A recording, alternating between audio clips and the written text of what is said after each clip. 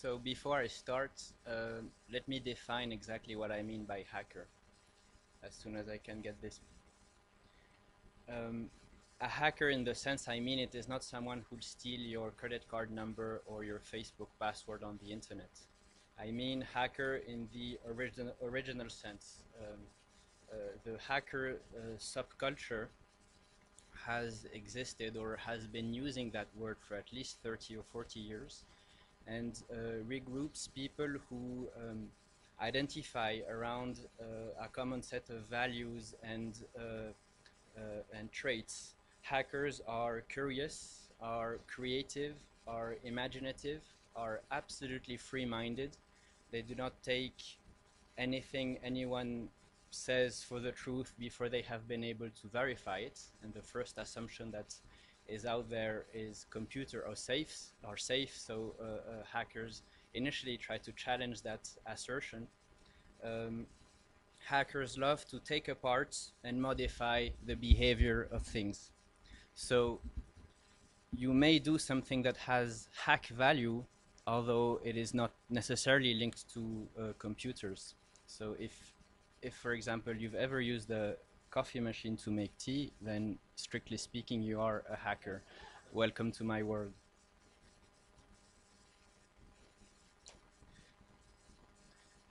So half an hour is a challenge to address such a topic. A few words about myself. Christian Michel introduced me very well. I got interested in computers very young, and in 1998 figured out how these skills that I had accumulated could be monetized. And Swiss banks, I happened to grow up in Switzerland, Swiss banks are very keen customers of such skills because as you know, and as is even more the case right now, they are trying to protect secrets from a large bunch of people. And at the time, they were just introducing the internet in their offices and were very keen, very curious as to the flaws that would mean governments, intelligence agencies, private investigators could use to steal their information. So I founded Ilion, which was the first ethical hacking firm in Europe. So this founded another company in cybersecurity, which I sold. And all of this, I started in 1998, so it's been a while since I've been in that business. I've just sold my last company, so I'm a bit in between now activities, looking to do something more philanthropic in the direction of promoting liberty. But a key question that I think people are asking right now is, what will we make of this information age? What will the 21st century look like given the internet? And I think we can feel the tension, especially now with this new story that has come out, Edward Snowden and everything. A lot of people paint a dystopic future whereby government leverages the internet, leverages the information age to spy upon us and to take away our liberties. We are in the era of biometric passports, of biometric identification in airports, of CCTV and video surveillance. We are in the era of bloated, obese government that uses every means it can to attack our liberties, to finance unproductive small elites. So we know this, we see how this is happening, but at the same time we feel the tension, and we can see if we are a bit in touch. Edward Snowden is obviously a hero in the hacker community on the internet more generally, and is I would say a mere illustration of what is going on. I'm not going to go through all these logos I've put here on the slide, but you'll probably recognize some of them. We are feeling that the internet is fueling a backlash against big government, against tyrannical surveillance, against Big Brother. So this tension exists. People tend to be quite pessimistic and say, yeah, the internet is a agglomeration of porn and phantasm. These are epiphenomena, and government is going to win and is going to take over our liberty. even better now that it has the internet. So go back to the post office and to the type machine, writing machine, if you don't want to fall victim of that tyranny. I happen to disagree with that vision, and I'm going to try in the 25 minutes I have left to explain why. So the first thing I think is important to insist on is the building blocks of the internet. How is the internet built? Most people envision the internet or see the internet as something very structured, organized, designed, thought through, that comprises a backbone, and that all you need to do is go on that backbone or cut the backbone and influence the internet overnight. There is a little bit of truth to that story, but the more proper, the more correct definition of the internet is a heuristic and dynamic conglomerate of voluntary peering agreements. It's true ARPANET was initially funded by the US government. It's true the World Wide Web was initially funded by CERN or devised by people working for CERN. But you should see these inventions as random inventions. It could have been any invention. That these inventions were voluntarily selected by the free markets, by people around the globe, and decided to adhere to these inventions and to use this to communicate with one another. So nobody had planned the internet. People working on ARPANET in the 70s never would have planned, could have described what the internet actually turned out to be. Same thing for the World Wide Web. So the internet is a set of connections. If I want to connect to this guy because I have data to exchange with him on a regular basis, then I'll finance a peering agreement with him, or we will co-finance a peering agreement with one another. And then I'll be able to lease out that line to whoever wants to communicate through it. That's the internet. And then there are a number of protocols that help the packets find the shortest path around the world and along the internet, but it is not structured, it is not organized, it was never designed, was never thought through, and it was never planned. So the internet itself, and I'm going to talk about obviously what the internet allows to emerge, but the internet itself is a formidable product of individual, unilateral, free human action. And this is very important to remember. 20 years ago, we imagined flying cars. We didn't imagine the internet as it happens to exist today. So that's the first thing, and you'll see how that is important later on. Yes, we do. Perhaps the internet will help you build them. So what is the internet today? How would one define what it has become in the most abstract and philosophical and general terms? I've tried to do this, but before I give you my wording and my conclusion, try to think of the internet this way. It is a medium by which people, while suffering a very low barrier of entry, it is very easy to connect to the internet, very low cost to use the internet. It is very easy technically also to contribute to the internet. So it is a medium of exchange which allows the exchanged good to flow freely. And I want to make an important point about the last singularity, something that happened in 2003. I call this on the slide editing, formatting, divergence. What happened in 2003 is that in order to contribute to the internet, you didn't need to have any more formatting skills. Before 2003, if you wanted to contribute a video or a text or an article or something, you needed to know how to put it online, how to format it, how to make it available for everyone to see. Working on the content or being able to produce content was not enough. In 2003, with Web 2.0, with the first blogs, with YouTube, etc., this changed. And now if you're able to produce content, you're readily able to share that content without having to master any special technical skills. So the entry barrier to get on the internet is low, both financially and technically. And the asset that is being traded free.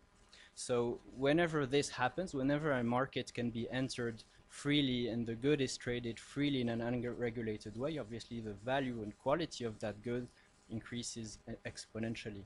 So if the good trade is information, if any new good, any new information is called an idea, well, the internet shall allow the exponential growth in the quality and the value of ideas being produced by humanity.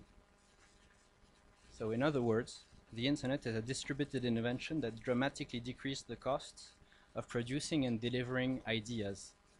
That's it. If you strip away all technical jargon, what is the internet for humanity? That's what it is.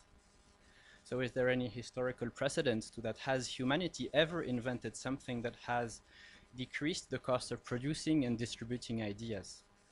I've tried to think about it. I've come up with 2 examples. If you have other ones, please let me know. There's writing and there's the printing press. So writing obviously allowed for the emergence of civilization, and the printing press allowed us to free ourselves of the political tyranny of the time at which it was invented, namely the Roman Catholic Church.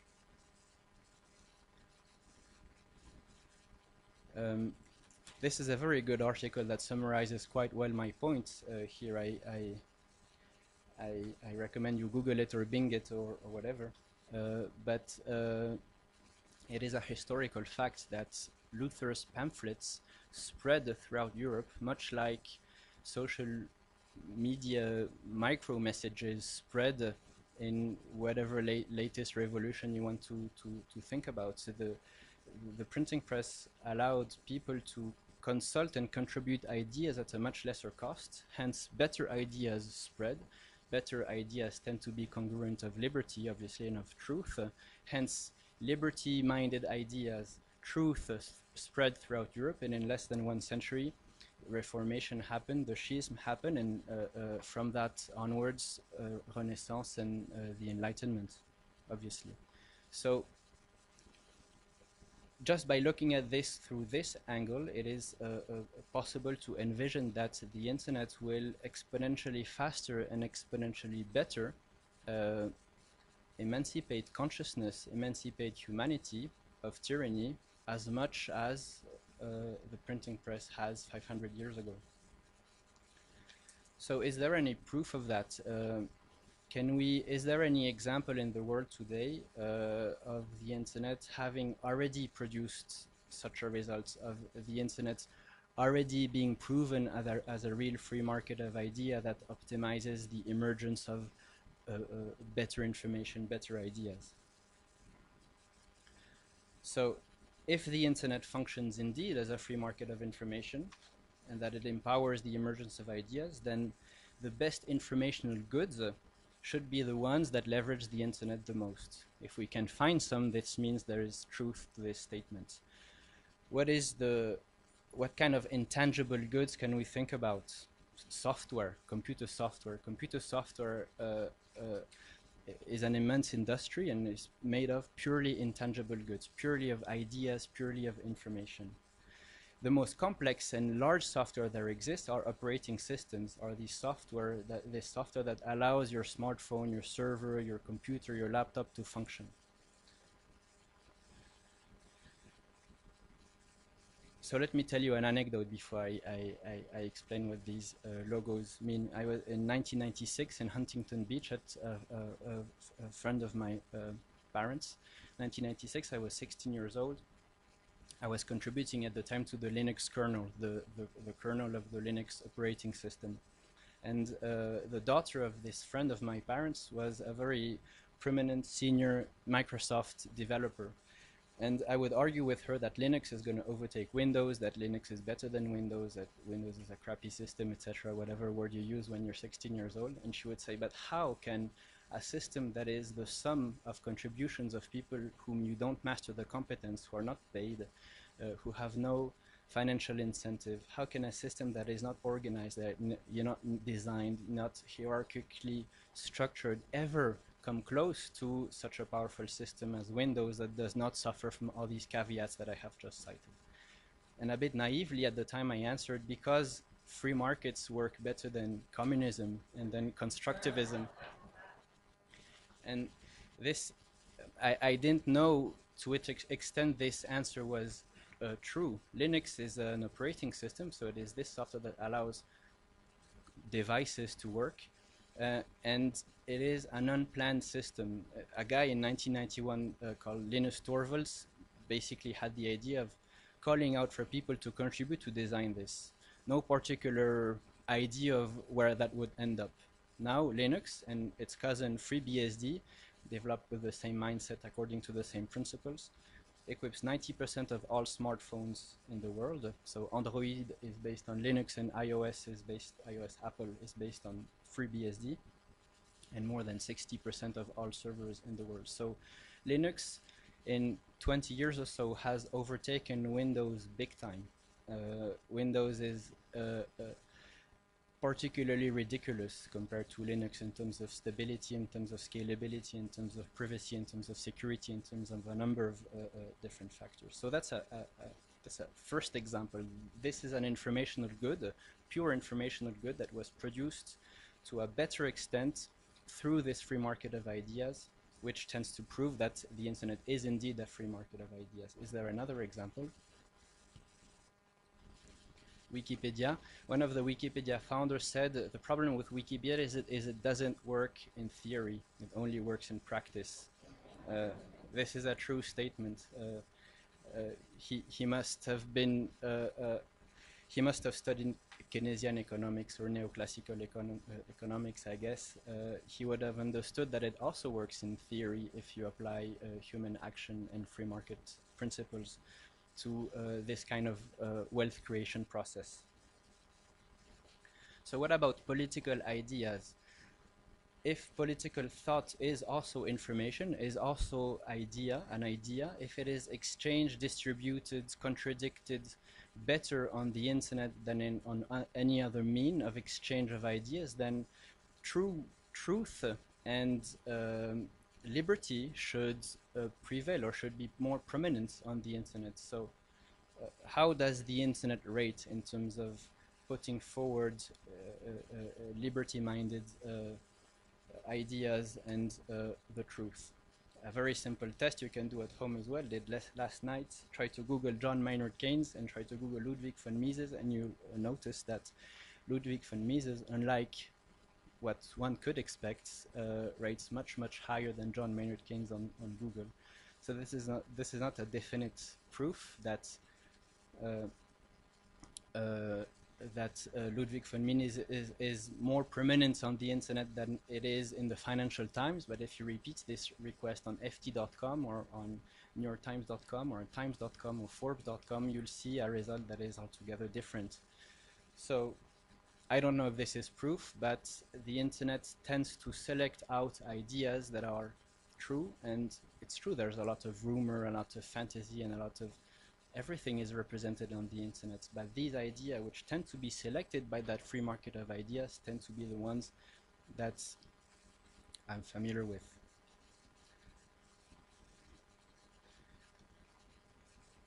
So hackers, the hacker culture has changed somewhat over time. I'm going to skip a bit on this slide because I don't have much time left, but there's an interesting movement called crypto-anarchism, which would, I would say, pretty much represents what the hacker movement has turned into. Originally, hackers were participants in MIT's artificial intelligence lab. Now we're talking about crypto-anarchism, about Anonymous, and obviously still about open source software. So the values of the hacker subculture are information sharing as an ideal and practical strategy, freedom of inquiry, hostility to secrecy, and especially important distrust for authority. So hackers helped build the building blocks of the internet. The original hacker culture was in the Unix culture and GNU free software culture, and as we've seen, most servers run on open source software. All major protocols on the internet, whether DNS, which we've mentioned, whether routing protocols, were initially developed in open source free software organizations. So the the hacker culture is intertwined with the internet. It is the, the principle that allowed the internet to emerge, and it is the principle that has empowered the internet to evolve. So what? Hackers helped build the foundations, humanity gets a free market of ideas, intangible assets improve in quality. Does it stop there? Does it further impact the real world? Let me give you a few examples of how it is already impacting the real world, of how this concept of individuals being free to exchange whatever information they want with whoever else in the world at whatever time and whatever location they are, in complete anonymity if they wish to, is already shaping a different world. So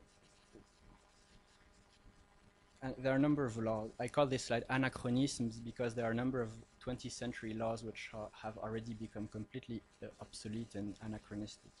And to understand why, you should understand that in this age, information is a number. Whether it's a music or a movie or an opinion piece, any piece of information is in fact a number. A long number for sure, but it is a number. So regulating the flow of numbers is like controlling the pronunciation of numbers. It makes absolutely no sense. And what are you going to do? Forbid numbers? Is 42 going to be illegal? 67 perhaps is going to be illegal? What about the square of an illegal number? Is it also illegal? It makes absolutely no sense. The only way to regulate the pronunciation of numbers is to implement tyrannical measures that will stifle wealth creation to such an extent that tyrants won't have any reason to be tyrants anymore.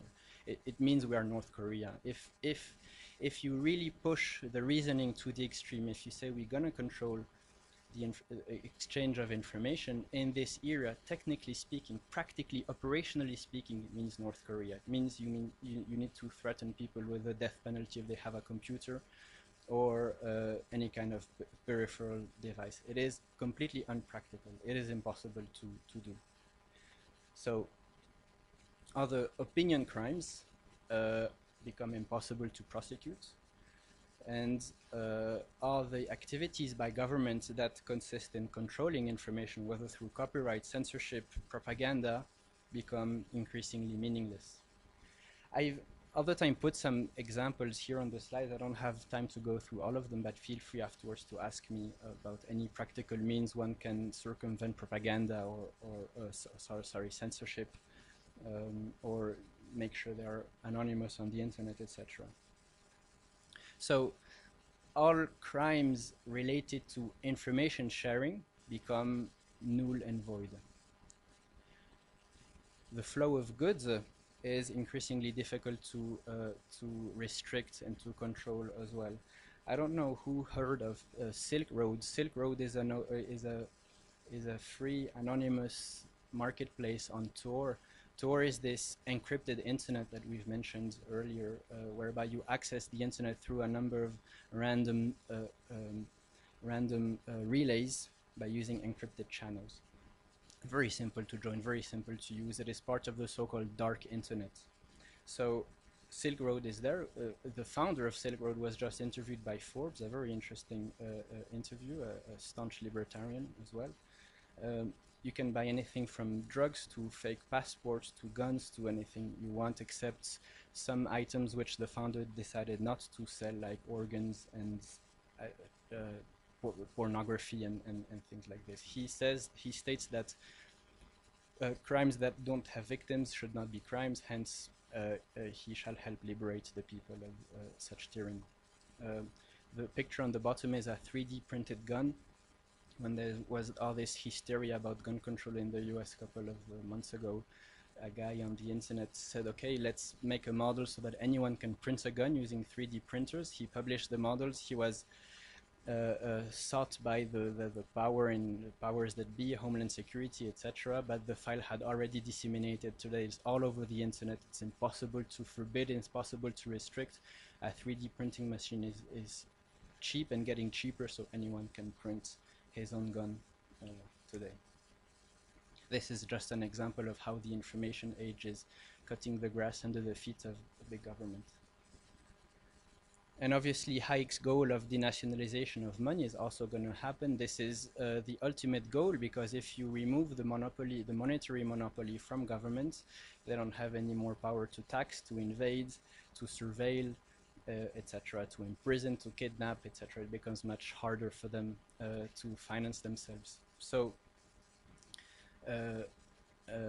Hayek's dream of competition among currencies is made possible again thanks to the internet. There were a number of attempts. E-gold, a digital gold currency that was closed down, people prosecuted, sent to jail because of supposedly alleged money laundering activities. Liberty Reserve, same thing.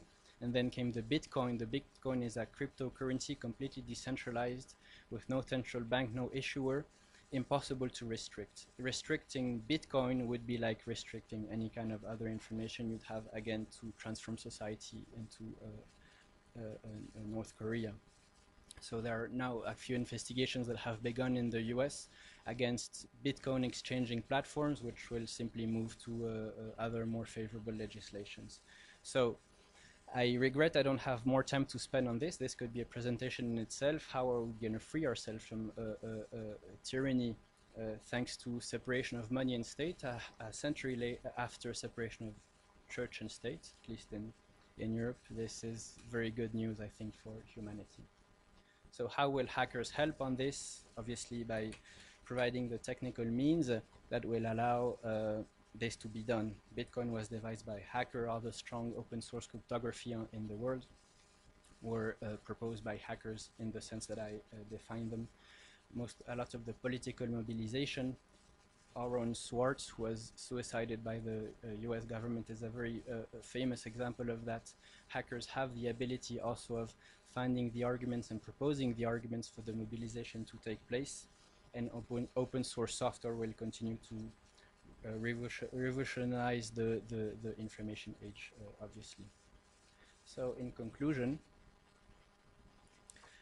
I think that classical liberal thinkers must factor the information age. Nobody is recreating Italian or Greek city-states. Classical liberalism can feed itself, can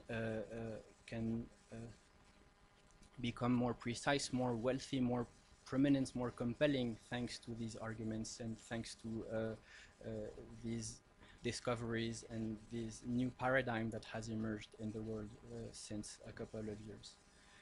The internet is built by and around the hacker culture, don't forget this, and younger generations have grown up with this. This is what was mentioned at my colleague's talk as well. This is extremely important. A teenager nowadays cannot necessarily phrase classical liberal thoughts, but he will tend to have this emotion of, I am a free-minded, beautiful individual, and you government shall not tell me how to lead my life. Products of the internet and the internet itself are eloquent demonstrations of human action. Whenever anyone says now central planning works better than stochastic organization, well, Linux and Wikipedia are counter-arguments that usually close the debate. NSA-like scandals help precipitate privacy as a competitive factor. I disagree a bit with my colleague. I don't think that the Facebook issue is as serious as government spying. If you decide to, if you're dumb enough to voluntarily contribute everything to Facebook, that's fair enough. You make that decision. But monitoring that happens without your consent on your private property, on your telephone line, is altogether different, because the monopoly of government is there. And if Walmart has CCTV, I don't go to Walmart. If there's CCTV in the street, that's another problem. So these scandals obviously are shocking, but will help make cryptography more widely used and will help privacy become a competitive factor. Perhaps tomorrow a Facebook that establishes itself in Switzerland and says your data is safe here because we're not under the US legislation, maybe he will benefit from that competitive advantage more so than he did yesterday or 1 year ago. So in conclusion, the internet is emancipating consciousness enabling the emergences of free, self-actualized individuals. And hopefully with this presentation and these arguments, I've been able to convince you of exactly that. Thank you.